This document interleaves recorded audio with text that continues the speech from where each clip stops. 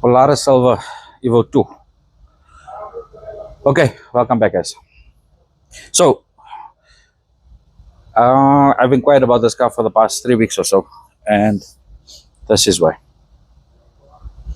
So, I've put this here all into a playlist. I finally got a playlist sorted out. I've put all these videos into a playlist, or as many as I could find, and so you guys can just keep on with the builds. You can follow the builds, and you can follow where this car started and how it started off.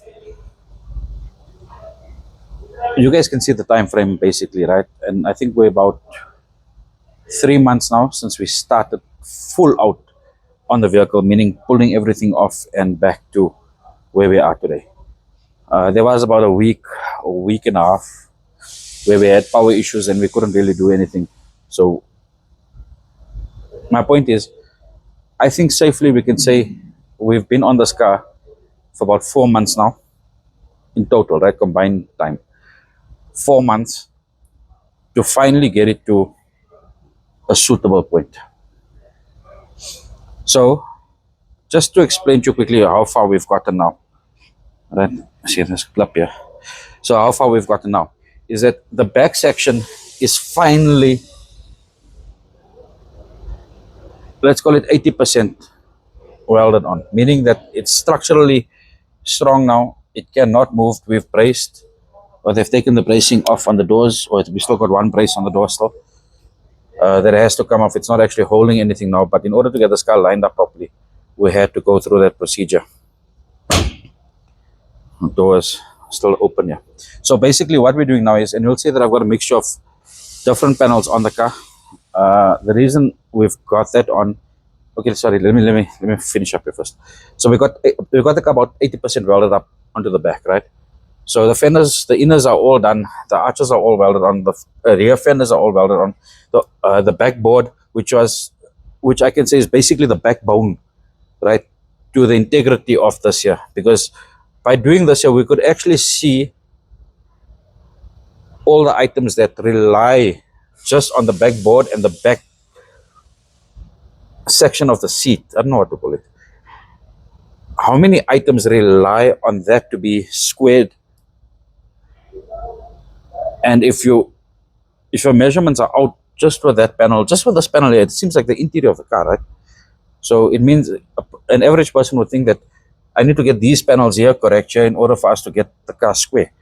But everything lies on that backbone, on the backboard, which is actually the backbone of it. If you look at it,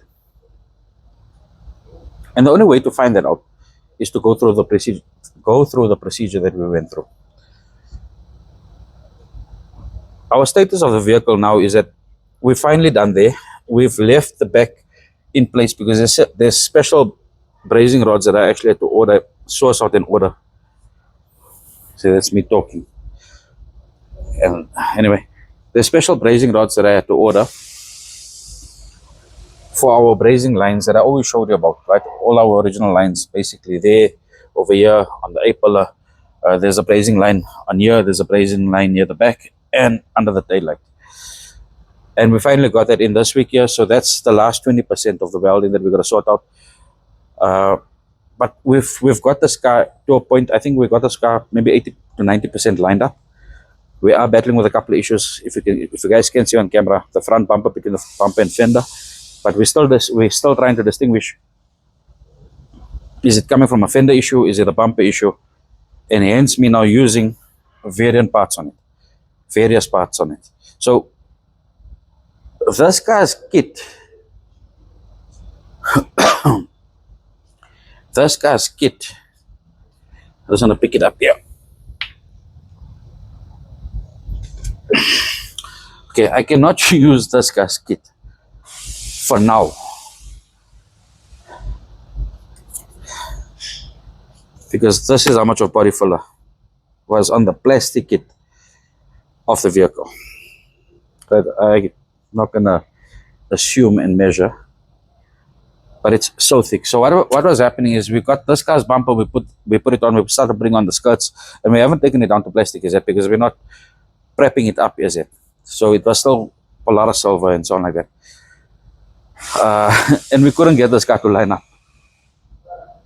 We couldn't get it to line. Our battle. So now that throws you out because you don't have the issues coming in on the infrastructure because we've gone through such an extent of, or we've gone through that extent of taking the car apart. So you don't have the issues coming in on the structure of the car, even though your measurements are on point, or if it's coming from a panel. Same story here. So what I decided to do is use a virgin panel that's down to plastic already. So I know I don't have any issues on any issues of body filler or basically misleading us to trying to get this car square, right? I've done that. We used to get another back bumper. We've still got a couple of issues. I got an issue here that I need to sort out. But then again, this bumper doesn't want to move forward, and that's a bumper slide issue. So we had to use virgin parts, if I can call it that. And it's not, I think I'm saying it wrong by saying virgin parts because it's still 35 years old. It's still 40 years old. It's still warped up. But it's the best condition part so far. Just so we can get an idea of alignment on the vehicle, right? And then from there, we know that once we know that, listen here, the vehicle is structurally aligned, then I can start working on the loose parts to say, okay, fine, there's a problem in with the door, there's a problem with the bonnet, there's a problem with the fender, like here, there's a gap here, this gap is too big. But remember, this is all on metal, so this is where we can start working with it. And this is not the fender for the car because you can see there's no cutout. It's a test fender.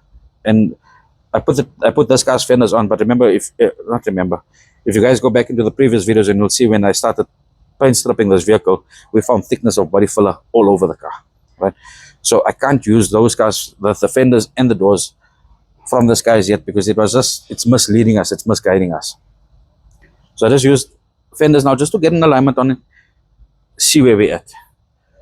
And I'm quite happy as to where we're at now because if you look at where the roof is sitting now, we got it sitting nice and flush. You can see it's just a cut line and a cut line over there, of which I'll have to build up and shape up and correct. But our alignment is correct there. Our windscreen alignment is correct over here. The rear windscreen alignment is correct. We've got the quarter windows in. We've got the C-pillar ears in. I didn't have to put the door windows in. That's not such an issue now because that relies on the frame and not the integrity of the vehicle. But I needed to get proper doors in so I can get this gap here basically correct, get our gapping over here correct, and then start getting our kit gap correctly. So the kit is on, but I haven't put the grommets on. I'm using the metal clip, if I can call it that, that's got a nut at the back so we can adjust it, right? And you can see it. But remember, this car hasn't been, so the compressor is just going on again. The car hasn't been panel beated as yet, so we might find a little bit of a wave here. I know there's still a bit of a wave on this side here, even though it looks good on camera, but there's still a wave here. But this is where we are at. And this year, with our other EVO2 and another cabriolet that we got in, these were the challenge vehicles that we got in. And I'm proud and happy to say that we've accomplished our task on this vehicle. So besides just sorting out that minor issue, figuring out where the problem is coming on this gap here, but I can tell you now it's coming from a fender because of the gap here and the gap here. The car is actually aligned, and now we can go and finally lock the car up. Start cleaning our welds, go through all our welds, basically almost like an x-ray on the vehicle, just to make sure that the integrity is all good, we're happy, and I can start sealing the vehicle up. So, again, like this fender here, for example, it's just a test fender, so don't stress about it when I do take the camera off. But she looks good. She looks good. And there's still a lot more work in here. There's a good couple of 100 hours in this car still. But I think we've come to a point where she looks like a vehicle. She looks like an IS again. Right? Let's take the camera off quickly. Let's go through the car. You guys tell me what you think. You're gonna drop me a comment. This time you guys have to. Let me know what you guys think, because I think this was the worst car by far off. And it is an HP2 car.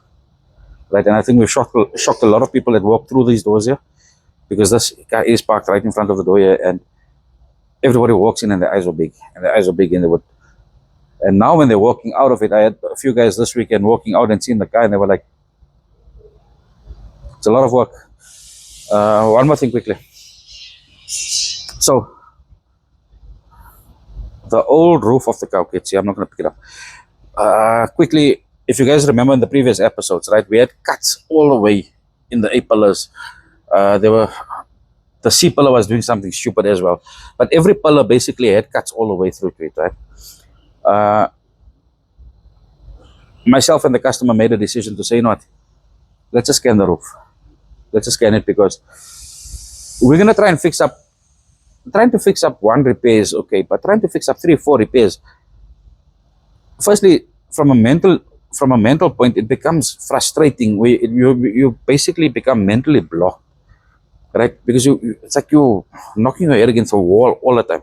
So scrap it. So what we've done is we actually remove this whole C pillar section with the wiper section, both sides, and we actually pulled it apart. The nice part is I could get to cleaning up and sealing off in the wiper area. Right, I think I've got a picture of it that I'll put on. And I could clean up and seal off in there. That was nice, what I liked about it. But then we removed this whole panel here, and then we decided to pull the roof off, of which we were initially going to do, right? But we canned the roof. So I found a donor roof. I had to find one for another car as well. Found a donor roof. When we paint strip the roof, it's paint strip now, it looks like the roof is in good condition.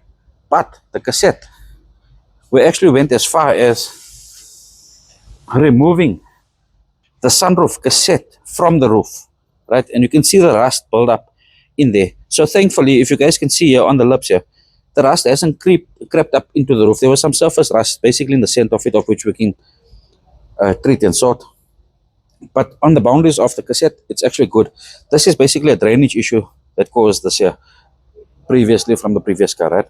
But we've gone as far as taking this cassette off, and we're actually going to use the cassette from the original roof, from the messed up roof, because the cassette is fine. The roof shield was fine. But the reason why we didn't take the roof shield off is because we had pillar issues, right? So because I had pillars and I had a good dome, I want to reuse that. So we're going to remove the cassette off the old roof, replace this cassette here, because there's no way I'm doing fabrication on this. It's just too many intricate panels. I don't even want to put timing behind this here. Then the nice part about this setup here is that, you know, when we're doing a respray, right, and unfortunately we can't get into every single gap. We try as much as possible, but there is gaps that we can't even see. The nice part about this here is that we can actually pull the cassette apart. I can treat the inside of the roof and the inside of the cassette, and then sandwich the two together, right, and then assemble it back onto the car. So the roof at this point in time has just been tacked on. It's not fully structured, because we've got our measurements already. I want to pull it back off so we can treat it up again, and I can reseal this car. So if you think about this car here quickly, this car has been resealed basically from every single panel, from here all the way back. Every single panel has been resealed on the car. Now it's every single panel on the roof. The only panels we haven't taken apart is the front inner arches, or the front inner firewall, right and left, and the cradle, of which, touch wood, we haven't taken apart, but we don't know what we're going to find when I start removing the rubber eyes off the car. Let's go through it quickly, and you tell me what you think. Okay, sorry. So I think that this here is coming from the fender, right? Because if you look, it's not actually a major issue. It's just that I think the lip of the fender is bent out. So I'd like to get it looking nice and flush, like this here. Right? And the same thing on the side. If you look at how the kit is, we got the kit on, you'll see a bit of a gap on this side here.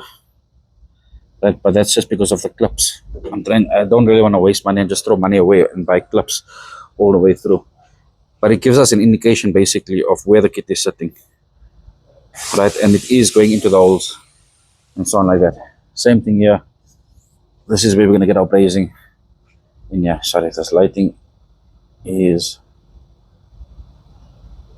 a bit crappy. So I'd like to get this here neatened out a bit more here, and then we'll get our brazing up in here. Let me come through on this side here for you quickly. So, right, Just here is a bit of a ISO area, this point, and that's where we got to do quite a bit of fabrication on this. So I got my brace bar in, but this is how we've taken the. Okay, so I tried to get this lighting a bit better here. This is how we've had to pull the cassette out all the way through. I'll be able to come and reseal this roof up here, so you can see that there isn't rust on there. There is a bit of surface on that side there, but it's nothing major. It hasn't eaten into it. Don't worry about this door as yet. It's just a test door on it. The windscreen also, we use the cracked one because we are handling the car and so on like that. Okay, so now that we almost through with this car, I think we've got about another week, if we push it another 2 weeks worth of work on it, then we're jumping back onto our white HP2 car. And the reason why I've stopped on the one is that we actually all hands on deck on this guy here, because it's a lot of work and you can miss things and it's a lot of measurements, and there's a lot of areas where you can make a mistake on, and sometimes it's just better to get all the guys there. I make a mistake, someone else picks it up and rectifies it. They make a mistake, I pick it up, and it's working out. So we'll do the same. We'll apply the same setup when we move over to the other HP2 car, because it's a lot of work on that guy as well, and I'm very confident that we'll actually get that car looking good. So again, you guys know what to do, but please let me know what you guys think. Right? Let me know what you guys think. Okay guys, I shall see you guys on the next one. I hope you enjoyed this episode, and take care.